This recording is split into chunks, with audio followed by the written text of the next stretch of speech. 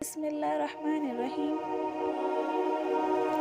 عید کا دن تھا۔ امام حسن اور حسین اپنے نانا محمد صلی اللہ علیہ وسلم کے پاس آئے اور فرمایا، نانا جان، سب کے پاس سواری ہے، ہمارے پاس سواری نہیں، ہم کو بھی سواری پر بیٹھنا ہے۔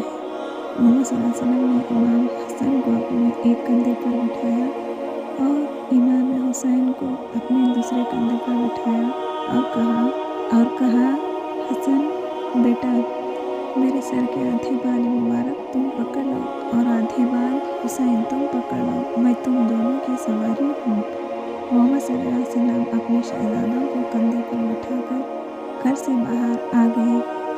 جب باہر یہ منظر حضرت عمر رضی اللہ تعالیٰ عنہ نے دیکھا تو کہا، اے حسن و حسین، تمہاری سواری کتنی خوبصورت ہے۔ اس کے جواب میں محمد صلی اللہ علیہ وسلم نے فرمایا، اے عمر، سوار بھی تو دیکھو، سوار کتنے خوبصورت ہیں۔ جس کے سامنے جوان بیٹے ہم شکل رسول اللہ صلی اللہ علیہ وسلم اکبر کے سینے میں برچھی لگی ہو اور جوان بیٹے قاسم کو شہید کیا گیا ہو، اور جس کے سامنے جوان بھائی عباس کے بازو قلم ہوئے ہوں، جس کے 6 مہینے کے بیٹے علی اصغر کے دل میں تیر لگا ہو، اور جس نے 72 لاشوں کو اٹھایا ہو، اور جس کے جسم پر 33 زخم نیزوں کے ہوں اور 34 گھاؤ تلواروں کے ہوں، جو ان سب کے باوجود سجدے میں سر رکھ کر جو کہے سبحان ربی الاعلیٰ اور کہے کہ اے اللہ، میں تیری رضا میں راضی ہوں، اسے حسین کہتے ہیں۔ حضور پاک صلی اللہ علیہ وسلم نے فرمایا، میری بیٹی فاطمہ علیہ السلام، میرے دونوں شہزادے حسن و حسین اور ان کا والد علی علیہ السلام ہم پانچ جنت میں بھی ایک ساتھ اور ایک ہی گھر میں ہوں گے۔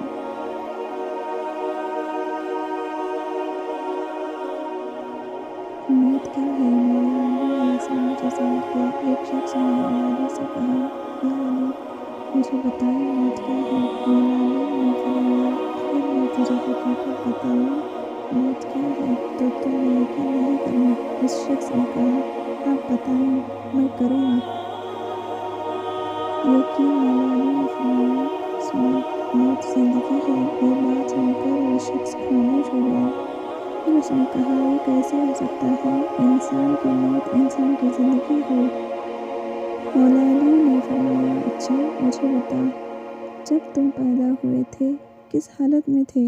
اس شخص نے کہا، میں تو کیا، ہر انسان جب پیدا ہوتا ہے رو رہا ہوتا ہے۔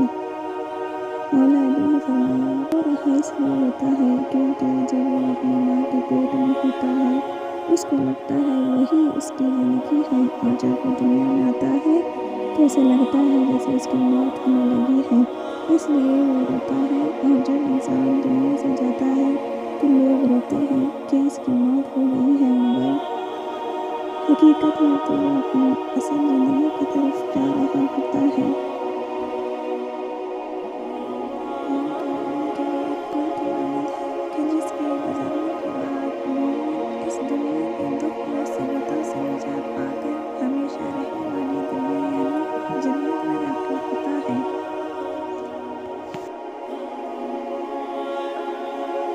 عائشہ رضی اللہ تعالیٰ عنہ فرماتی ہیں کہ جب حضرت علی رضی اللہ تعالیٰ عنہ ہمارے گھر رسول اللہ صلی اللہ علیہ وسلم کے گھر آتے تھے تو میرے بابا ابو بکر رضی اللہ تعالیٰ عنہ بھی آتے، اور بابا سارے کام چھوڑ کر علی علیہ السلام کا چہرہ دیکھتے تھے تو کہتی تھی بابا دیکھتے تھے تو میں کہتی تھی بابا آپ میرے گھر آتے ہو اور چہرہ علی علیہ السلام کا دیکھتے رہتے ہو، اس کی کیا وجہ ہے؟